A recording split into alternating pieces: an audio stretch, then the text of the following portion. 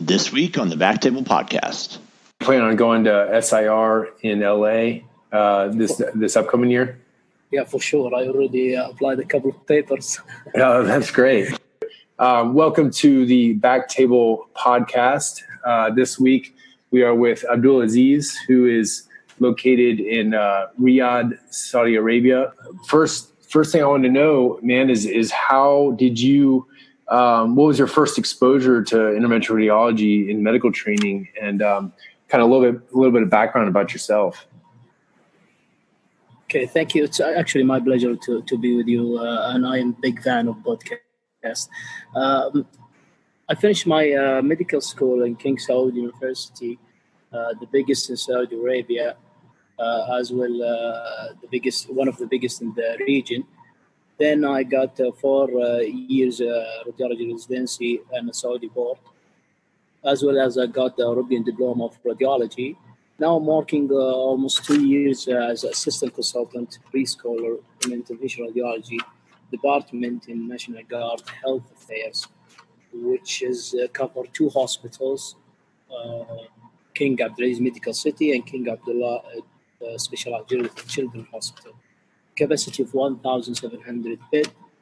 So we have 5 angio suites, 3 procedure rooms, 11 interventional radiologists covering pediatric, adult, and neuro. We have our own clinic. We are doing almost 13,000 cases per year, and it's increasing. My exposure to IR was limited in medical schools because radiology have a limited hours, usually covered by diagnostic radiology. But now it's more changing because we have more IR in academic fields. However, in my internship, when I was working medicine and surgery, I was exposed to IR and what they are doing. An amazing job treating patients in all aspects with only small opening with no incisions or cut. So it was a decent exposure during my internships the last year in medical schools. Okay, great. So you got pretty good exposure in medical school. Yeah, especially last years as well as the internship. Yeah, we got a lot of good exposures, especially when we refer to a patient to IR. Usually, we are involved with the patient, so we were exposed. So I'm curious to know about y'all's, sort of radiology training, because in the United States, what we're starting to do is do a dedicated interventional radiology residency. With the way I did it was I had done a diagnostic radiology residency and then followed with a interventional radiology fellowship. Is that sort of how your training was?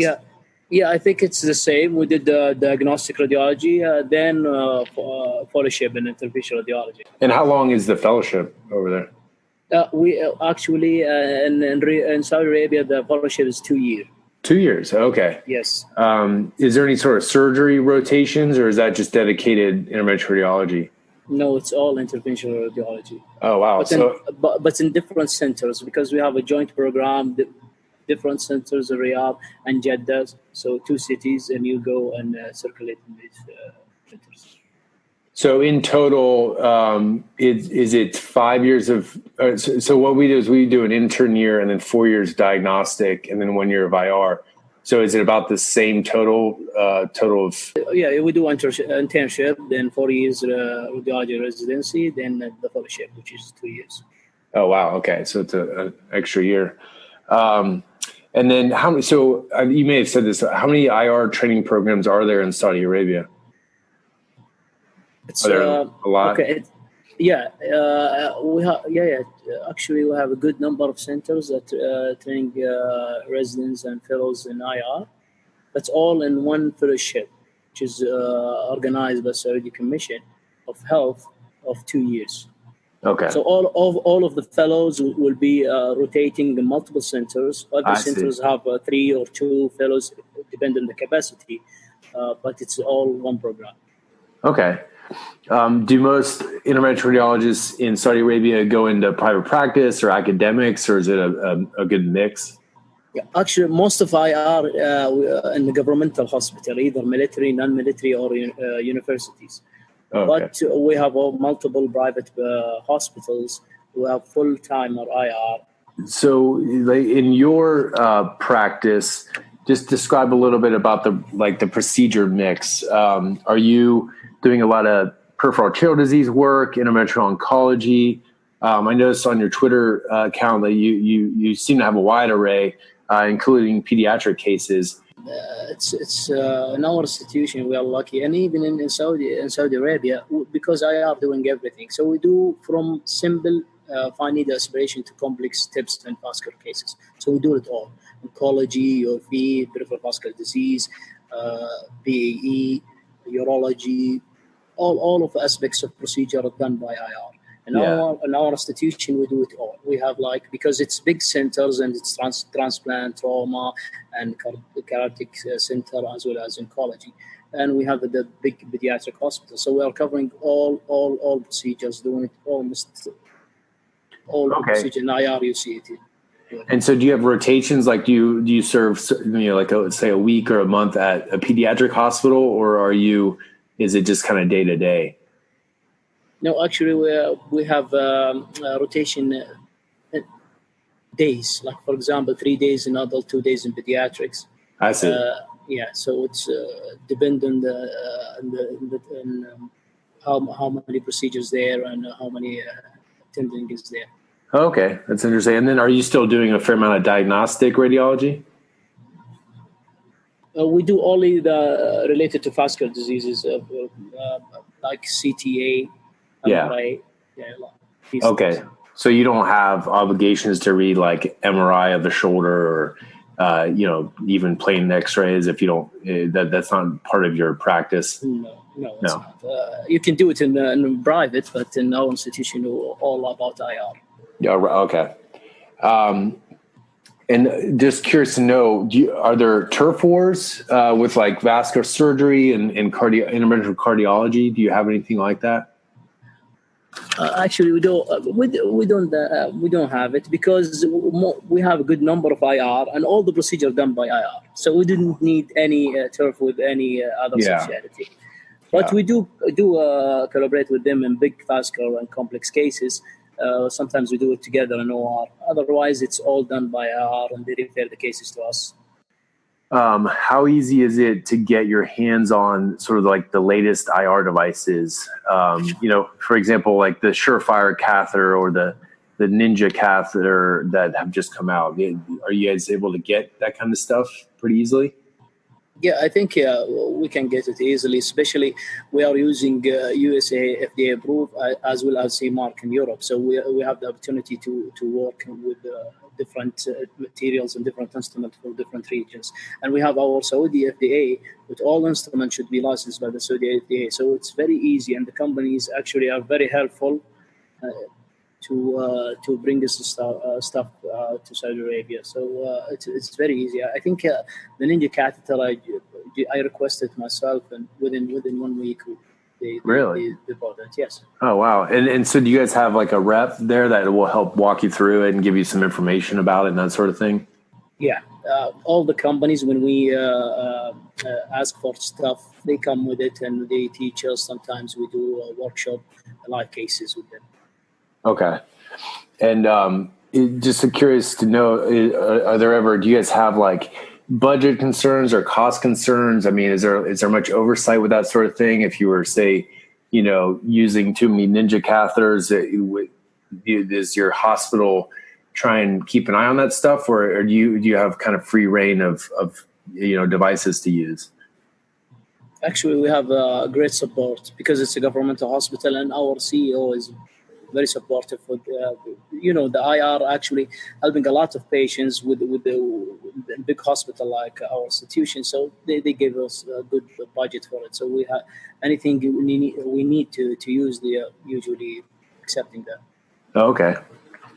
Well, that's great. That sounds amazing, man. I mean, it's because we got all, everybody's worried about cost nowadays, and you have a hard time getting stuff in.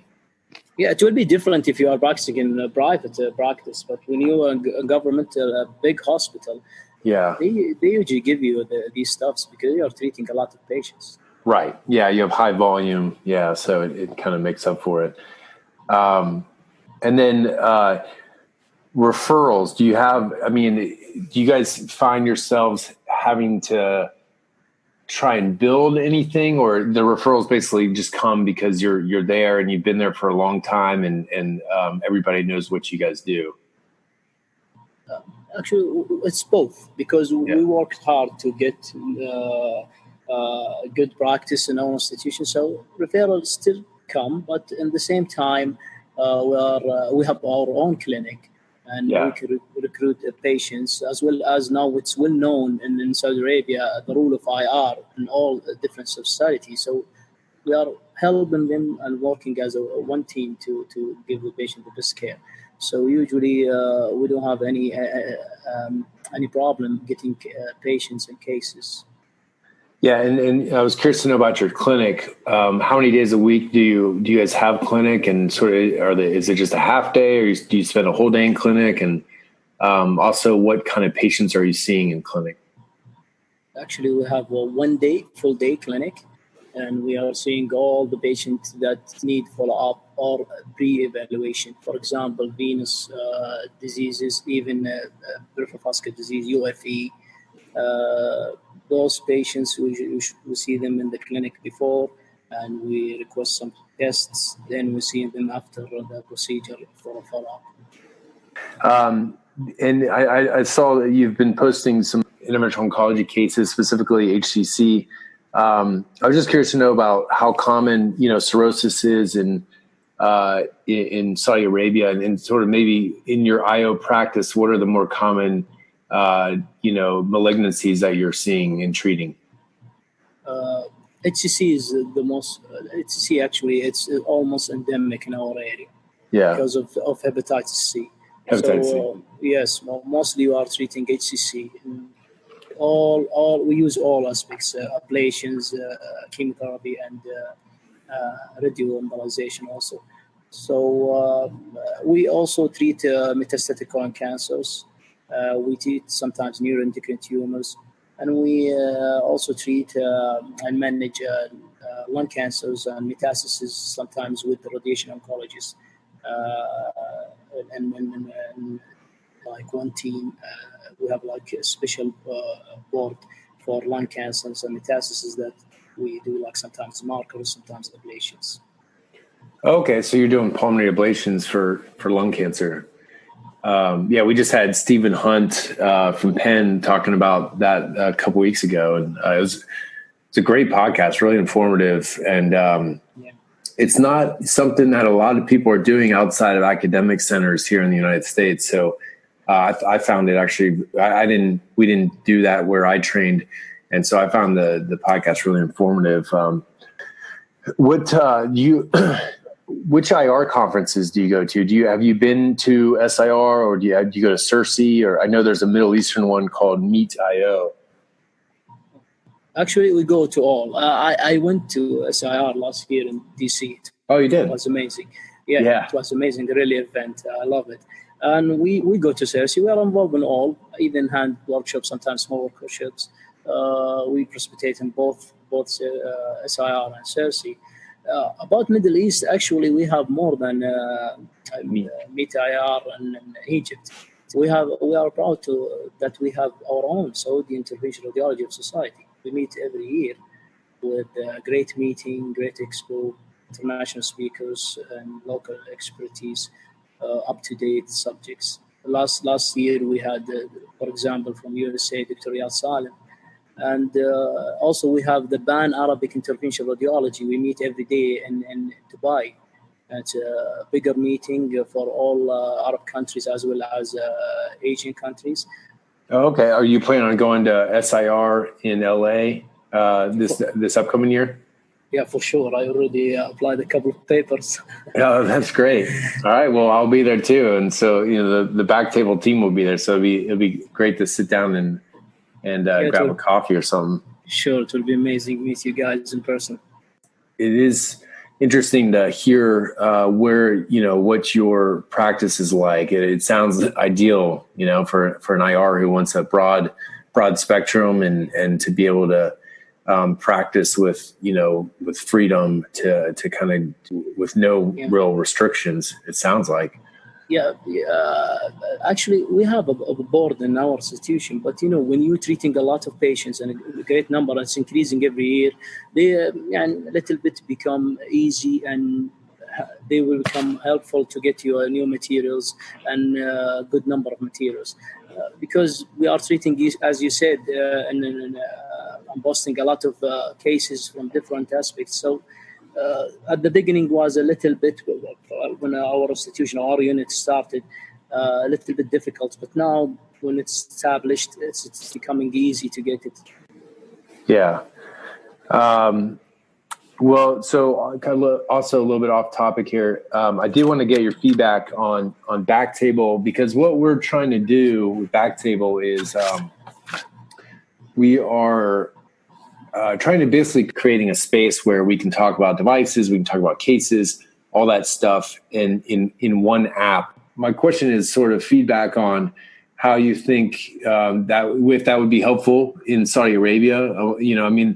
What's cool about it is getting, not just input from other U.S. docs, but, we got a couple Canadian docs, and I think you're our first doc from Saudi Arabia, but it would be awesome, since we're all using the same stuff. It's great to be able to share, tips and tricks and feedback on different devices.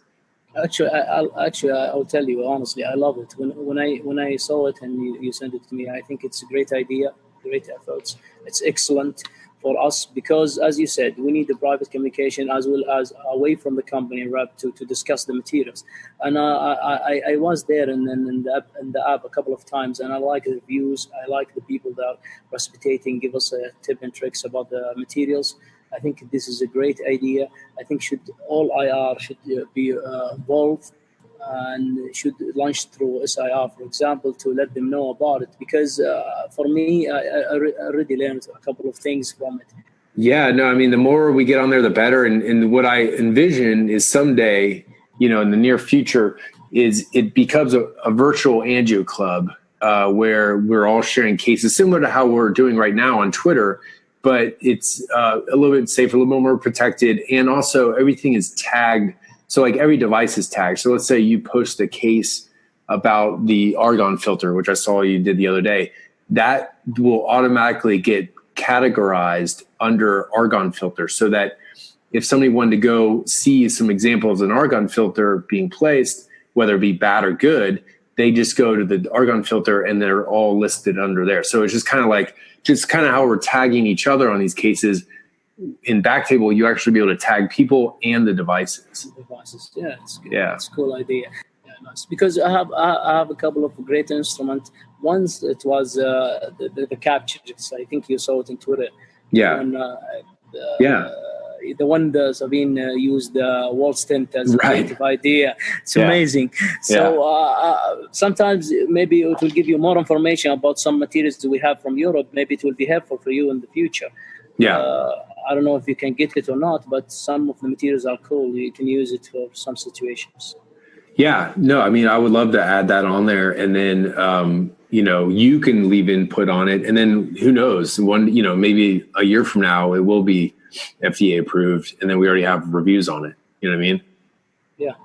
Well, hey man, I appreciate you taking the time to talk to me, and I'm glad this worked out using this Zoom thing. So it's good to know for future podcasts. We got a podcast coming up with actually Sabine and Kumar Madassari on Sunday. They're going to talk about peripheral arterial disease, kind of tips and tricks and how they build up their practice. So it should be a good one. I think it should be. Yeah, and they're amazing. They're amazing people. I saw the cases that they put. It's amazing. And the other funny thing is, these guys they're posting so much you can't even keep up. I'm like, when do you have time to do the cases, guys? I'm like working. You're like working all day, and then you're like, oh my god, Kumar tweeted about 20 things today. How do you even have time to do that? All right, well, thank you again. Abdulaziz, for coming on the Backtable podcast. We're going to finish it up here and look forward to talking to you in the near future and meeting with you at SIR. Thanks again. Okay, thank you so much for having me. I had a great time, and I think I hope that I was a great representative, and I gave you good information about the region and what we do. For sure. Well, thanks again, man. I'll see you on Twitter.